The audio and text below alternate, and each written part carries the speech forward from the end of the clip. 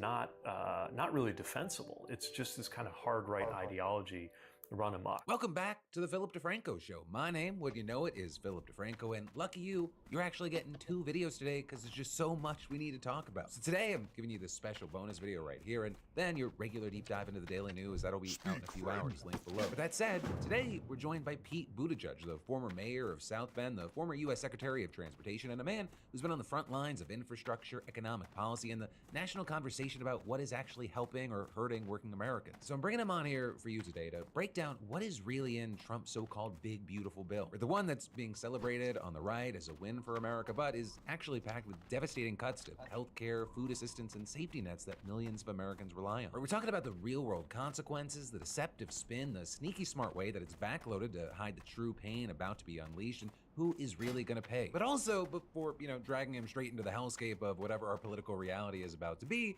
I asked him how his 4th was. So no fireworks and hot dogs for you this year? Oh, there was plenty of grilled meat and pool time. Okay. Look, at a personal level, I mean, it was about family. Yeah. We got the kids together with extended family. We grilled out. Our kids are about to turn 4, so when they're around lots of cousins who are the same age or a little bit older, like you don't have to do quite as much parenting. They all entertain each other. So yeah, definitely had beer in my hand and grass between my toes this July 4th. But thinking about those big picture questions even while flipping the burgers. No, of course. And I mean, jumping into the BBB, jumping into the really important things, where I wanted to start with is specifically with Medicaid. Obviously, Medicaid and SNAP have been some of the biggest talking points. Right, it's estimated that nearly 12 million people are going to lose insurance because of the attacks on Medicaid. And I think once the systemic rollbacks are factored in, possibly 17 million. But what I've been seeing is that you have Republicans saying that the changes that they're making, it's not doing that. What they're doing is they're actually cutting out waste, they're cutting out fraud, they're cutting out abuse.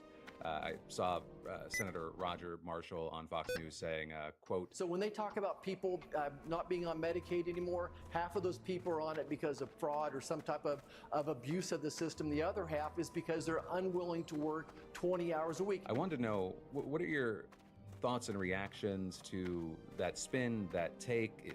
What's true there? Yeah, so the bottom line is this is not about waste, fraud, and abuse, and it's very easy to prove that.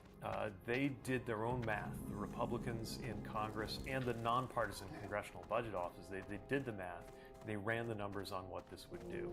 And remember, the reason that they set up all these cuts to Medicaid is they needed to find a way to pay for these tax cuts for billionaires. So they put in all these tax breaks. Those tax breaks mean less revenue comes into the government, right? And they got to do something to offset that, which means spend less on something. And the thing they chose to spend less on is healthcare.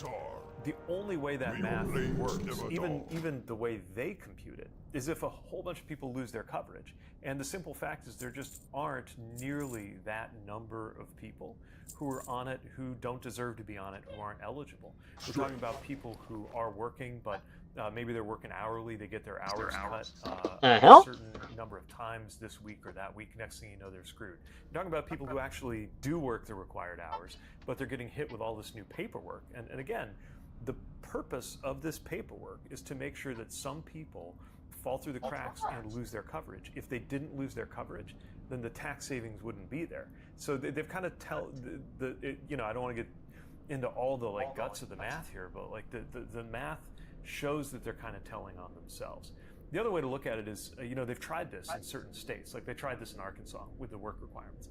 What they found was it did not increase the number of people who were working, but it did decrease the number of people who were getting care. And what this means is that people aren't going to the doctors for checkups.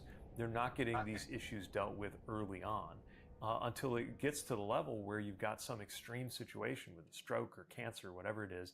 They're going to the emergency room. It's going to get paid for in a way that's much more expensive for the healthcare system, but most importantly, it's going to get paid for with people's lives. I mean, I saw one piece of research here says that roughly 51,000 people a year more will die of preventable deaths in this country based on these cuts. So look, cutting waste, fraud, and abuse, we're all for that, right? And there are checks that are pretty good, there are audits that are pretty good, but they miss things, and it's always worth going after that. But again, you look at this budget, it actually cut out one of the best means for dealing with waste, fraud, and abuse. It actually cut the ability of the IRS to go after wealthy people who cheat on their taxes, which is going to cost taxpayers a huge amount of money because, again, when that revenue doesn't come in, you got to cut something to make up for it. And so we're all paying for that. Bottom line is this, I'm sorry, this just isn't about waste. I hate, look, I used to run a city government. I worked in the federal government. I hate when I see examples of waste and leakage and just frustrating things that happen. They do happen, but that's not what this is about. Well, I guess also more generally speaking, how do you think that, what do you think we are going to see as far as impacts on working class and middle class families, both in the short and the long term? Because a thing that we are going to kind of continually come back to is the timing of Yes. a lot of these aspects. So one thing they did, and this is further evidence that they know this bill is hurting people, is that they timed a lot of the things in the bill to kick in after next year's election, or some of them even after the next presidential election. Other things are going to happen sooner. We already saw the first rural hospital to close. This is in Nebraska. Actually, just before the bill was signed, because they saw the writing on the wall, they saw what they were up against in terms of Medicaid funding. They said, what's happening to Medicaid, we can't stay open. I've seen estimates that more than 300 rural hospitals and clinics, this is going to happen to them. It's not all going to happen tomorrow. You'll see this play out over in the next few years. Same with the Medicaid cuts. Some of the stuff hits in 2 years, in 3 years. Interestingly, they didn't wait that long for the tax breaks for the wealthy to kick in. Most of those are happening very, very quickly.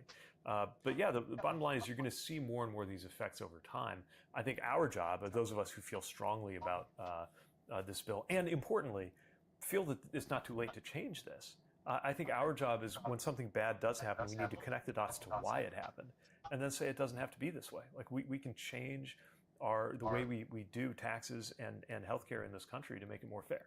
Well, I guess that's the thing, is how do you navigate the communication of the other shoe's going to drop? Because I know that you said the tax breaks for the wealthy are going to kick in initially, but all of the tax breaks are going to hit initially. So, right, wouldn't a lot of people's first impact or feeling or connection to this bill be, oh, there's more money in my pocket, right, before they're having to think about other things, whether it's, small or not?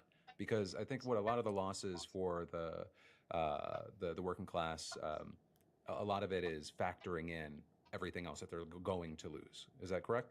Yeah, I see what you're saying. Like the cuts to healthcare, the cuts to benefits are slower motion than the cuts to taxes. So you might feel like you're getting kind of a bump before the dip. But you got to remember, these are hitting different people differently. So, the top 10%, they're expected to see their after-tax income go up by about $12,000. Nothing like that is happening for anybody in the bottom half. Or even the middle class of this country. It's true, if you're a middle class taxpayer, you might see some short-term benefit before all of the harms kick in. But for most working Americans, it won't take long for your net after-tax income to be lower as a result of this bill. I guess what would you say to the people going, well, I'm not now, like the tax on tips aspect, the no tax on overtime aspects. Obviously, there's conversation around that hitting different Americans in different ways, and that not being an across-the-board thing. But do you see that as a positive? Is that kind of a false positive? Do you have any thoughts there? I think it's one of these things they throw in there to try to take the edge off of the rest of it, while the big picture is hurting people so much. Look, I think that tipped workers should get favorable tax treatment. Frankly, I just think they ought to get paid more to begin with, so they don't have to worry as much about what's happening with that uncertainty that comes with the tip income. But when you do that, you got to make sure that you make people whole. So of course there are no bill is 100% good or bad. This is the budget for the entire country. There's some things in there that I would have done too. I mean, put more money into air traffic control. Obviously, that's something I want to do. I think that's a good idea. But you add it all up because you have to look at this as a whole, and it's not even close in terms of who it's helping and who it's hurting. And I mean, regarding where the money is going or where it's getting cut, I recently saw that the Guardian folks, they're reporting on how Senator Ted Cruz, who obviously he represents Texas, he recently in the bill made sure that it slashed weather forecast funding, eliminating a $150 million fund to accelerate advances and improvements in research, observation systems, modeling, forecasting, assessments, and dissemination of information to the public. And obviously, Texas was just hit with a horrific and deadly flooding. And I want to say, separate from the blame game that we're seeing kind of play out as information's coming out and things are being figured out, do you believe that this bill is setting us up for more disasters like this or something parallel in the future? And if so, how? And I'll also add, does this connect and tie into the pushed resignations, the firings, and the cuts that we've seen from Trump's administration recently? Yeah, I mean, to put it in the simplest terms I can think of, it's never a good time to undercut weather forecasting and emergency response. Now's an especially bad time to be doing that. The National Weather Service is not the sexiest part of the federal government, but it's one of the most important. Again, I think back to my time as mayor, dealing with disasters. We had 2 floods. Both of them were considered, a 1,000-year flood or a 500-year flood. It happened twice just in the time that I was mayor. And having that data, having that forecasting, and having that information was really important to how we as a city were able to prepare and I think save lives in that case. This is not just some nerdy pursuit. I mean, this is life and death stuff. And whether it's immediate short-term things like getting people out of the way of a disaster, or more long-term stuff like deciding where roads should go if they're in a floodplain that's getting flooded more often, or stuff like insurance or businesses making plans, right? All of these are why things like that are needed. And the Weather Service has done a very good job of gathering that information. It's an example of what happens, I think, when you take an ideology and you go crazy with it. So I understand that if you're Ted Cruz or a lot of conservative Republicans, you're coming from a place that says, that basically that my side has gone too far on climate change, and that you can't, even if you believe climate change is real, you shouldn't do things that are self-defeating or that go too far. We can have that debate. But when you get to the point where you don't even want to do real weather forecasting, or you're deleting science from government documents and websites, scouring them to make sure that you can't even mention climate change, like at that point we're talking about something that is not really defensible. It's just this kind of hard right ideology run amok. Look, the simple reality is this is happening, right? They said 50 years ago, 30 years ago. When I was a kid in science class and they were starting to talk about what they then called global warming, they were saying, if we don't do something in the 2000s, you're going to see more of this extreme weather, floods, these problems. Now it's happening, and now we got to do something about it. And by the way, there's a lot of ways to do something about it that create good paying jobs. The same people who are good at putting in getting natural gas pipelines are also really good at working on CO2 pipelines, which can be part of a climate solution. That's just one example. Here in Michigan, there's solar farms all over the place, renewable energy projects, and they're cutting all of that too.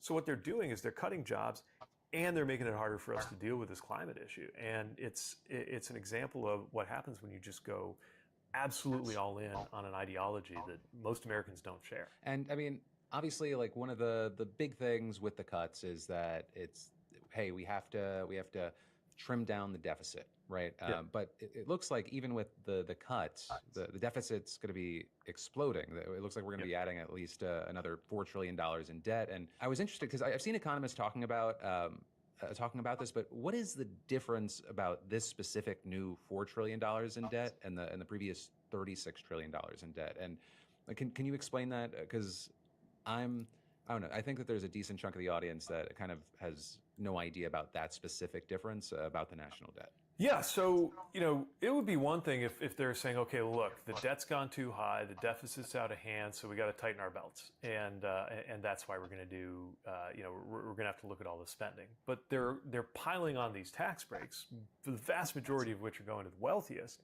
And we're doing it under circumstances that are really different from where we've been in the past, because our debt is now higher than the GDP of the country. So any given year, the amount of economic output of this country is now less than the national debt. It's okay for a government to have debt, the same way it's okay to take out a mortgage to finance a house. That can make a lot of sense. But there comes a point where that's really putting a ton of pressure on the economy, and we're now at that point. Look, neither party has covered itself in glory when it comes to deficit spending and the debt. Okay, the truth is you've had both parties have been in power and have added to the debt. Although I would point out that my party, the Democratic Party, has a better record of reducing the deficit. But just leaving all of that aside, I think the biggest thing that's important to understand right now is this is going to affect all of us. I think a lot of people are looking at this bill and they're saying, look, I'm not rich enough to get the tax breaks that Trump's giving to people, but I'm also not poor enough to have to worry about SNAP or Medicaid. So really, this doesn't mean anything to me. You know, a lot of people are getting hurt, but it's not me. A lot of people are being helped, but I'm probably not seeing much of that either. So, you know, what do I care about this tax bill? The thing to remember is that all of us pay for that debt, not just because all of us are taxpayers, but also when you have that much debt, it does things to the interest rate. And you know, part of why it's hard to afford life right now in America, part of why so many people, definitely our generation, don't feel like they can get a home, is the fact that interest rates are up. And one thing that kind of pushes them further up is when we have the level of deficit spending that's going on. And it would be one thing if we had to. Look, we use deficit spending to fund things like roads and bridges because we knew it was a long-term investment, like a mortgage that pays for itself over time. But you know, putting it into tax breaks for the wealthy does not pay for itself over time. You're just taking the money, handing it to them, and running up a debt to do it. And one of the other things that appears to be running up the debt, right, is that ICE now has a budget larger than most of the militaries in the world. And so with that, I want to ask, I guess more generally, are you concerned by the massive increase in funding for ICE? And also, I've seen more and more people saying this, and so I want to ask, you know, what safeguards are in place to prevent ICE from transforming into some sort of political enforcement body?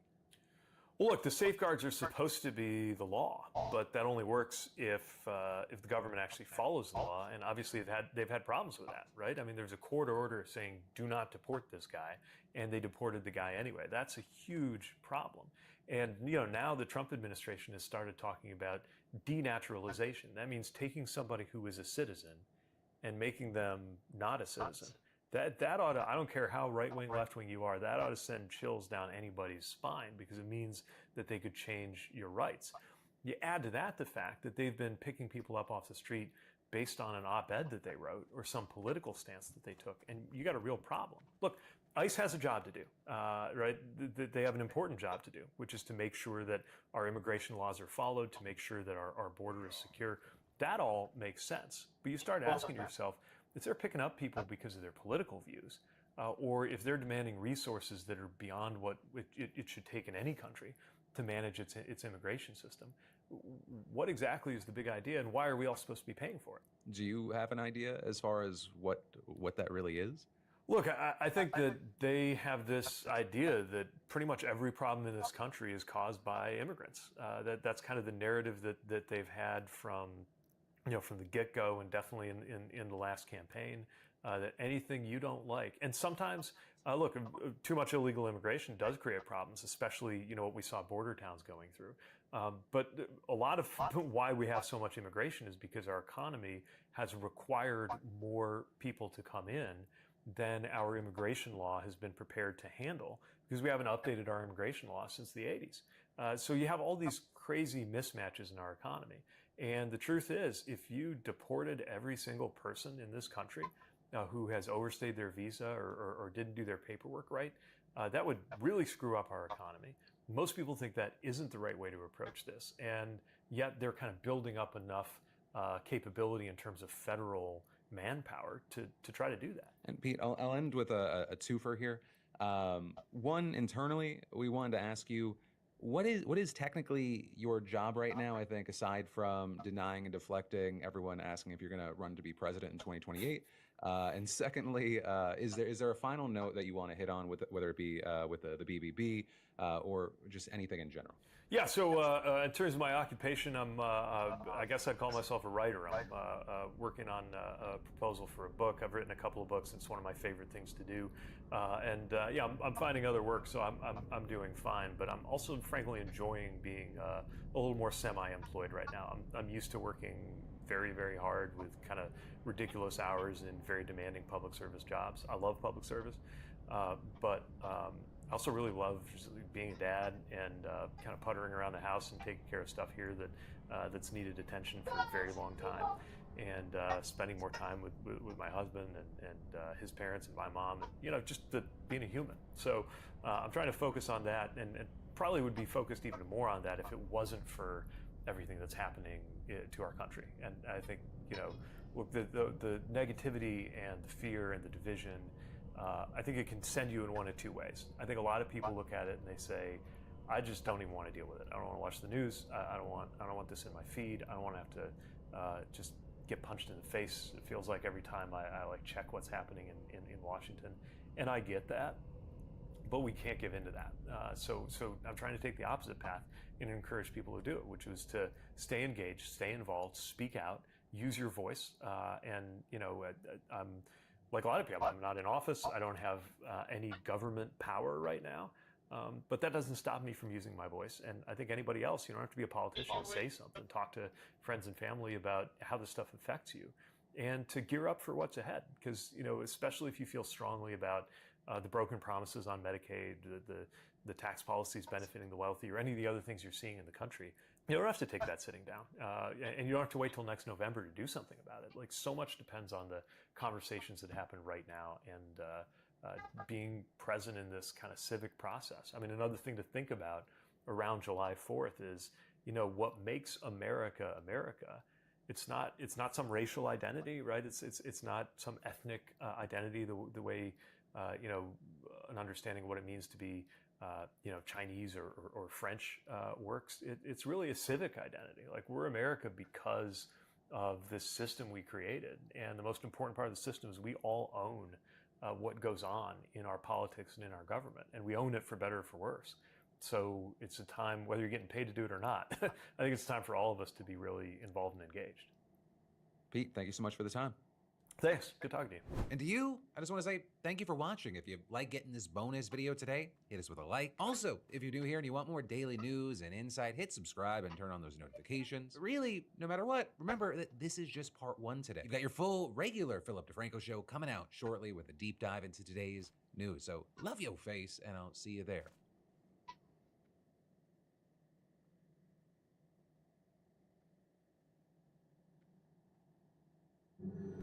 NAS Works episode 114 isn't crazy, just a little angry.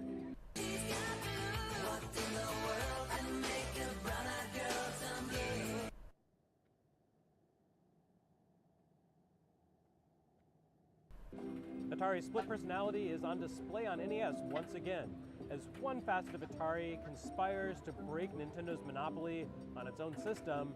The other version of Atari is publishing hit arcade games under the auspices of other publishers. In this case, we have Marble Madness, a big Atari arcade hit that goes to great lengths on NES to obfuscate the fact that it has anything to do with Atari. The title screen credits the copyright to Tengen, which a savvy video game history enthusiast such as yourself will of course recognize as the console publishing branch of Atari games. Kids and parents at the time? Not so much, unless they had an unusual fixation on arcade industry trade magazines. The box bears the logo of Milton Bradley, a venerable board and card game manufacturer that had dabbled in video games during the Atari 2600 era, especially on Vectrex, before largely dipping out after the big crash that had sundered Atari into two distinct companies. Depending on which source you believe, Marble Madness was either the first or second NES release for Milton Bradley, with different resources listing California games as either a December 1988 or June 1989 release. For the sake of argument, we're treating Marble Madness as their first. Meanwhile, the codebase powering this cartridge comes to us courtesy of Rare Limited. You know Rare by this point, of course, and I frankly can't imagine a more perfect exercise for the most prolific developer on NES, whose name is Intose. I mean, just look at this game. For starters, it uses an isometric 3D perspective, which is absolutely Rare's bread and butter. The company had made its mark on the British computing industry under the name Ultimate Play the Game with Nightlore, which featured smooth animation and non-clashing sprite graphics on the ZX Spectrum, a feat so remarkable and seemingly impossible that they even gave the programming technique behind it a name, Filmation. Apparently trademark law works differently. Sorry. Going somewhere.